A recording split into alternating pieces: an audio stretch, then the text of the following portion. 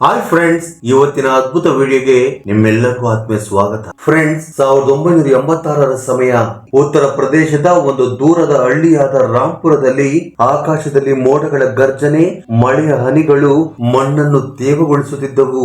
ಒಂದು ಹಳೆಯ ಸೋರುತ್ತಿರುವ ಮಣ್ಣಿನ ಮನೆಯೊಳಗಿನ ಓರ್ವ ಮಹಿಳೆಯ ಚೀರಾಟ ಹೊರಗೆ ಕೇಳಿಸುತ್ತಿತ್ತು. ಹೇ ಭಗವಂತ, ಈ ಸಾರಿ ನನ್ನನ್ನು ಕಾಪಾಡು ಎಂದು ನರಳುತ್ತಿದ್ದ ಕಮಲ ತನ್ನ ಮೂರನೇ ಹೆರಿಗೆಯ ನೋವಿನಿಂದ ಬಳಲುತ್ತಿದ್ದಳು.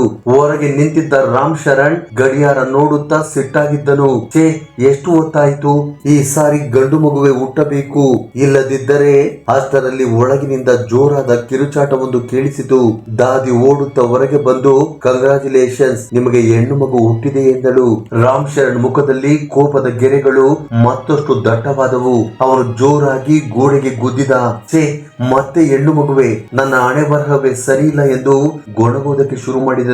ಆ ಮಾತನ್ನು ಕೇಳಿದ ದಾದಿ ಎದರಿ ಹೋದಳು. ಕಮಲ ನಡುಗುವ ಕೈಗಳಿಂದ ಮಗಳನ್ನು ತನ್ನ ಮಡಿಲಿಗೆ ತೆಗೆದುಕೊಂಡು ಗಟ್ಟಿಯಾಗಿ ಅಳತೊಡಗಿದಳು. ಏ ದೇವಿ, ಇದೇನು ಮಾಡಿದೆ ಎಂದು ಗೋಳಾಡುವುದಕ್ಕೆ ಶುರು ಮಾಡಿದಳು. ಆ ಮಗುವಿಗೆ ಯಾರು ಸಹ ಹೆಸರಿಡಲಿಲ್ಲ.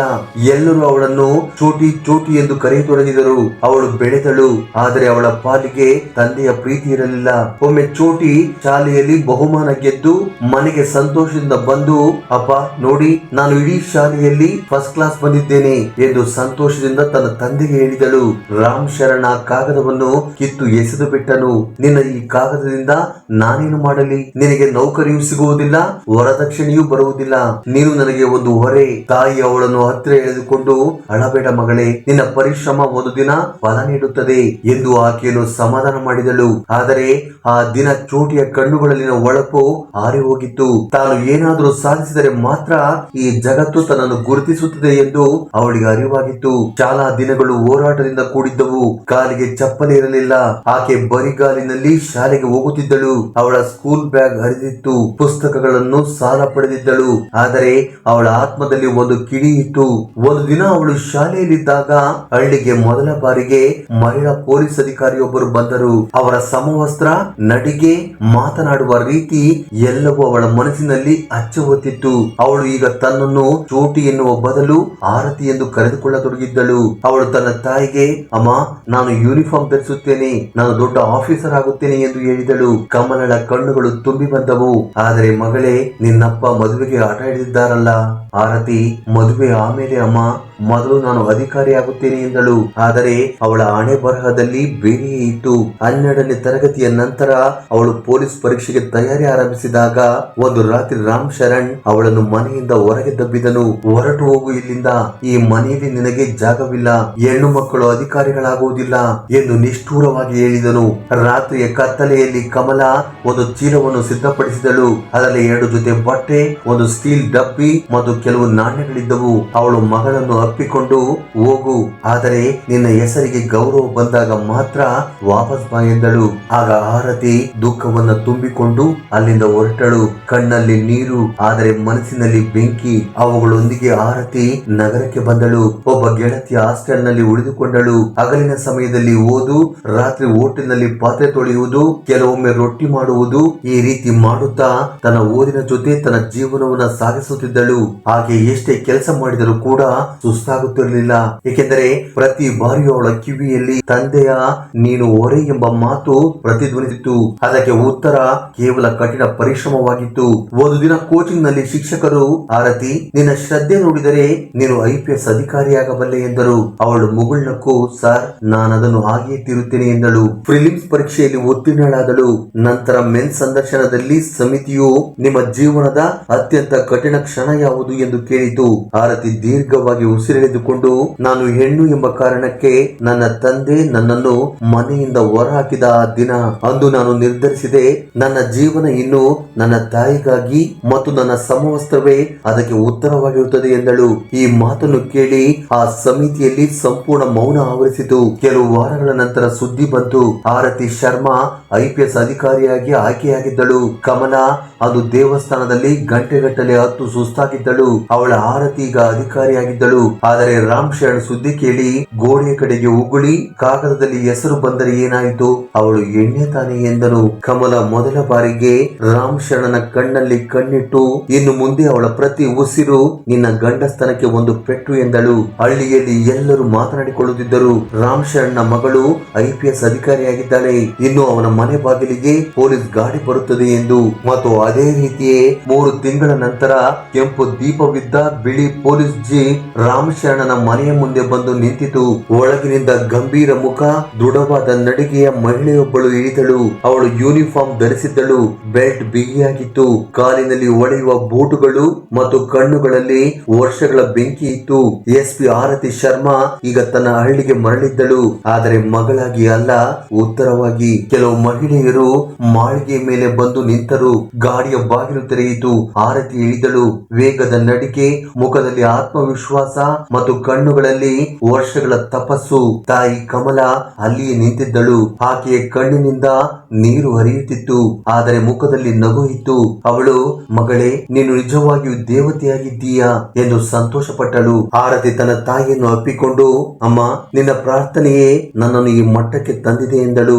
ಅಷ್ಟರಲ್ಲಿ ಮನೆಯ ಬಾಗಿಲು ಸದ್ದು ಮಾಡಿ ತೆರೆಯಿತು ಮತ್ತು ರಾಮ್ ಶರಣ್ ಹೊರಗೆ ಬಂದನು. ಒಂದು ಕ್ಷಣ ಇಬ್ಬರ ಕಣ್ಣುಗಳು ಕೂಡಿದವು.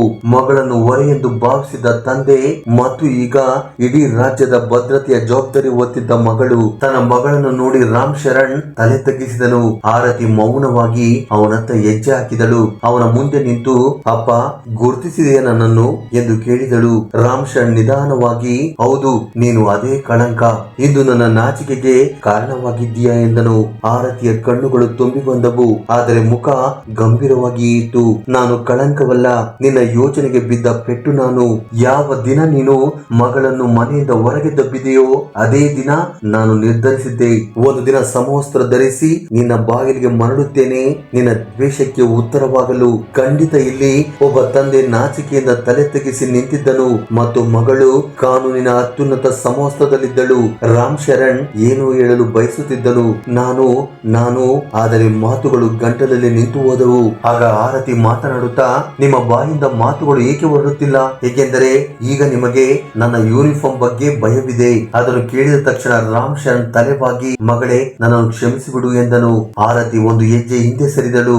ಯಾವ ದಿನ ನೀನು ನನ್ನನ್ನು ಹೊರೆ ಎಂದು ಹೇಳಿದ್ದೀಯೋ ಅದೇ ದಿನ ನಾನು ನನ್ನನ್ನು ದೇವರೆಂದು ಭಾವಿಸಿದೆ. ನನಗೆ ನಿನ್ನ ಕ್ಷಮಾಪಣೆಯ ಅಗತ್ಯವಿಲ್ಲ. ನಿಮ್ಮ ಕಣ್ಣುಗಳಲ್ಲಿನ ನಾಚಿಕೆಯೇ ನನಗೆ ಶಿಕ್ಷೆ. ಊರಿನ ಮುಖ್ಯಸ್ಥರು, ಮಾಸ್ಟರ್ಗಳು ಮತ್ತು ಇತರೆ ಅನೇಕರು ಅಲ್ಲಿಗೆ ಬಂದರು. ಆಗ ಊರಿನ ಮುಖ್ಯಸ್ಥರು ಮಾತನಾಡುತ್ತಾ, ಮಗಳೇ, ನೀನು ಈ ಹಳ್ಳಿಗೆ ಕೀರ್ತಿ ತಂದಿದ್ದೀಯಾ. ಆಗ ಆರತಿ ಮಾತನಾಡುತ್ತಾ, ಈ ಹಳ್ಳಿ ನನಗೆ ಕೇವಲ ಮಣ್ಣು ಕೊಟ್ಟಿದೆ. ತಾಯಿ ನೀರು ಕೊಟ್ಟಳು ಮತ್ತು ತಂದೆ ಬೆಂಕಿ ಕೊಟ್ಟನು. ಆ ಬೆಂಕಿಯಲ್ಲಿ ಸುಟ್ಟು ನಾನು ಉಕ್ಕಾಗಿದ್ದೇನೆ. ಇದನ್ನು ಕೇಳಿದ ಮಾಸ್ಟರ್ ಕಣ್ಣುಗಳು ತುಂಬಿ ಬಂದವು. ಬರೀ ಗಾಲಿನಲ್ಲಿ ಶಾಲೆಗೆ ಬರುತ್ತಿದ್ದ ಆ ಪುಟ್ಟ ಹುಡುಗಿ ಒಂದು ದಿನ ಸಮವಸ್ತ್ರ ಧರಿಸಿ ಹಿಂತಿರುಗುತ್ತಾಳೆಂದು ನಾವು ಊಹಿಸಿರಲಿಲ್ಲ. ಆರತಿ ಹಳ್ಳಿಯ ಮಕ್ಕಳನ್ನು ನೋಡಿದಳು. ಅವರ ಮುಖದಲ್ಲಿ ಆಶ್ಚರ್ಯವಿತ್ತು. ಅವಳು ಅವರ ಬಳಿಗೆ ಹೋಗಿ, ನೀವೆಲ್ಲರೂ ಕೇಳಿಸಿಕೊಳ್ಳಿ, ಹೆಣ್ಣು ಮಕ್ಕಳನ್ನು ದುರ್ಬಲರೆಂದು ತಿಳಿಯಬೇಡಿ, ಅವರು ತಂದೆಯ ಗೌರವ ನಿಲ್ಲಿಸುವ ಭೂಮಿ. ಈ ಮಾತನ್ನು ಕೇಳಿದ ಆ ಹಳ್ಳಿಯ ಮಹಿಳೆಯರು ಚಪ್ಪಾಳೆ ತಟ್ಟಿದರು. ಆಗ ಒಬ್ಬ ಮಹಿಳೆ ಮಾತನಾಡುತ್ತಾ, ಈಗ ನಾವು ಕೂಡ ನಮ್ಮ ಹೆಣ್ಣು ಮಕ್ಕಳನ್ನು ಓದಿಸುತ್ತೇವೆ. ಆರತಿ ಮೌನವಾಗಿ ನಿಂತಿದ್ದ ತನ್ನ ತಾಯಿಯತ್ತ ನೋಡಿದಳು. ಆಕೆ ಕಣ್ಣೀರು ಸುರಿಸುತ್ತಿದ್ದಳು, ಆದರೆ ಹೆಮ್ಮೆಯಿಂದ ತಲೆ ಎತ್ತಿ ನಿಂತಿದ್ದಳು. ಆರತಿ ಅವಳ ಬಳಿಗೆ ಹೋಗಿ ಕೈ ಹಿಡಿದು ಹೇಳಿದಳು, ಅಮ್ಮ, ಇನ್ನು ಮುಂದೆ ಈ ಮನೆ ನಿನ್ನದು ಮತ್ತು ಈ ಮನೆಯ ಬಾಗಿಲು ನಿನಗೆ ಎಂದಿಗೂ ಮುಚ್ಚುವುದಿಲ್ಲ. ನಂತರ ಅವಳು ರಾಮ್ ಶರಣನನ್ನು ನೋಡಿ, ಮತ್ತು ನೀನು ಈಗ ನೋಡು, ನೀನು ತಿರಸ್ಕರಿಸಿದ ಮಗಳು ಇಂದು ಈ ಇಡೀ ಹಳ್ಳಿಯ ಹೆಮ್ಮೆಯಾಗಿದ್ದಾಳೆ. ಅದನ್ನು ಕೇಳಿದ ರಾಮ್ ಶರಣ್ ತಲೆಬಾಗಿ, ನಾನು ನಿನಗೆ ತುಂಬಾ ಅನ್ಯಾಯ ಮಾಡಿದ್ದೇನೆ. ಹೆಣ್ಣು ಮಕ್ಕಳು ಏನೆಂದು ಈಗ ನನಗೆ ಅರ್ಥವಾಯಿತು ಎಂದನು. ಆಗ ಆರತಿ, ಈಗ ನಿನ್ನ ತಿಳುವಳಿಕೆಯಿಂದ ನನಗೇನು ವ್ಯತ್ಯಾಸವಾಗುವುದಿಲ್ಲ. ನಾನು ಈಗ ಕೇವಲ ನನ್ನ ತಾಯಿಯ ಮಗಳು. ಆಗ ಅದೇ ಸಮಯದಲ್ಲಿ ಆರತಿ ಒಂದು ಘೋಷಣೆಯನ್ನು ಮಾಡಿದಳು. ಗ್ರಾಮದಲ್ಲಿ ಮಹಿಳಾ ಶಿಕ್ಷಣವನ್ನು ಉತ್ತೇಜಿಸಲು ಒಂದು ಕೋಚಿಂಗ್ ಸೆಂಟರ್ ತೆರೆಯಲಾಗುವುದು ಮತ್ತು ಅದರ ಹೆಸರು ಕಮಲಾ ಶಿಕ್ಷಾ ಕೇಂದ್ರ ಎಂದಾಗಿರುತ್ತದೆ. ಇಡೀ ಹಳ್ಳಿ ಚಪ್ಪಾಡಿಯಿಂದ ಮೊಳಗಿತು. ಅವನ ಅನೇಕ ವರ್ಷಗಳ ಅಹಂಕಾರ ಪುಡಿಯಾದಂತೆ ರಾಮ್ ಶರಣ್ ಅಲ್ಲೇ ಕುಸಿದು ಬಿದ್ದನು. ಆರತಿ ತನ್ನ ತಾಯಿಯನ್ನು ಕಾರಿನಲ್ಲಿ ಕೂರಿಸಿಕೊಂಡು, ನಡಿ ಅಮ್ಮ, ಹೆಣ್ಣು ಮಕ್ಕಳಿಗೆ ಗೌರವ ಕೊಡುವ ನಗರಕ್ಕೆ ನಿನ್ನನ್ನು ಕರೆದೊಯ್ಯುತ್ತೇನೆ. ಕಾರು ಹೊರಟಿತು. ಇಡೀ ಹಳ್ಳಿ ದಾರಿಯುದ್ದಕ್ಕೂ ನಿಂತು ಅವಳಿಗೆ ಸಲಾಂ ಹೊಡೆಯುತ್ತಿತ್ತು. ಅಲ್ಲಿದ್ದವರು ಯಾರೋ ಜೈ ಹೋ SP ಮಗಳೇ ಎನ್ನುತ್ತಿದ್ದರು. ಇನ್ಯಾರೋ ಇನ್ನು ಮುಂದೆ ನಮ್ಮ ಹೆಣ್ಣು ಮಕ್ಕಳು ಸ್ಕೂಲ್ಗೆ ಹೋಗುತ್ತಾರೆ ಎನ್ನುತ್ತಿದ್ದರು.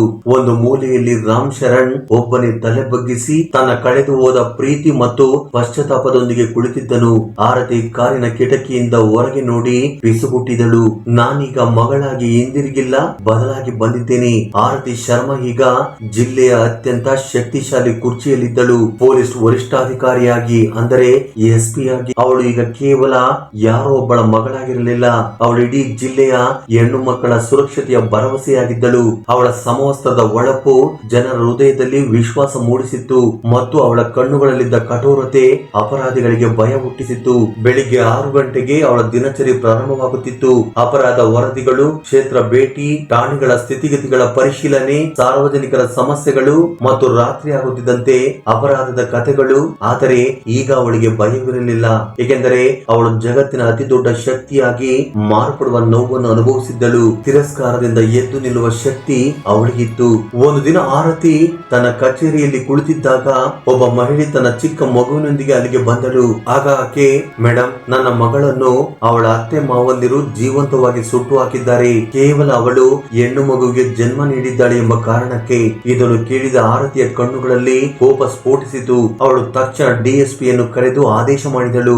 24 ಗಂಟೆಯೊಳಗೆ ಚಾರ್ಜ್ ಶೀಟ್ ದಾಖಲಾಗಬೇಕು ಮತ್ತು ಎಲ್ಲ ಆರೋಪಿಗಳು ಜೈಲಿನಲ್ಲಿರಬೇಕು.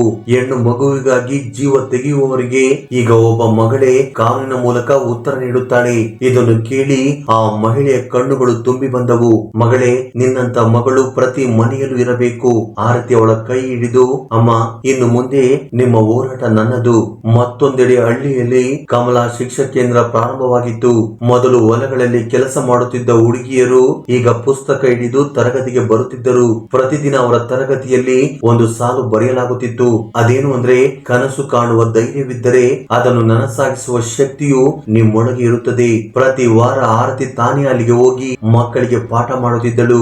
ಅವರಿಗೆ ಕಾನೂನು ಹಕ್ಕುಗಳು ಮತ್ತು ಆತ್ಮ ನಿರ್ಭರತೆಯ ಬಗ್ಗೆ ತಿಳಿಸುತ್ತಿದ್ದಳು. ಒಮ್ಮೆ ಒಬ್ಬ ಹುಡುಗಿ ಭಯದಿಂದ ಈ ರೀತಿಯಾಗಿ ಕೇಳಿದಳು, ಮೇಡಮ್, ನೀವು ಇಷ್ಟು ದೊಡ್ಡ ಅಧಿಕಾರಿಯಾಗಿದ್ದೀರಿ, ನಿಮಗೆ ಭಯವಾಗುವುದಿಲ್ಲವೇ ಎಂದು ಕೇಳಿದಳು. ಆರತಿ ಮುಗುಳ್ನಕ್ಕು, ನಿನ್ನನ್ನು ನಿನ್ನವರೇ ತಿರಸ್ಕರಿಸಿದಾಗ ಭಯವು ನಿನ್ನನ್ನು ಗುರುತಿಸಲು ನಿರಾಕರಿಸುತ್ತದೆ ಎಂದು ಹೇಳಿದಳು. ಆದರೆ ಈಗ ಅವಳ ಜೀವನದಲ್ಲಿ ಈಗ ಅತಿ ದೊಡ್ಡ ಚಿಂತೆ ಎಂದರೆ ಅವಳ ತಾಯಿ ಕಮಲಾ ಆಗಿದ್ದಳು. ಅವಳಿಗೆ ತುಂಬಾ ವಯಸ್ಸಾಗಿತ್ತು.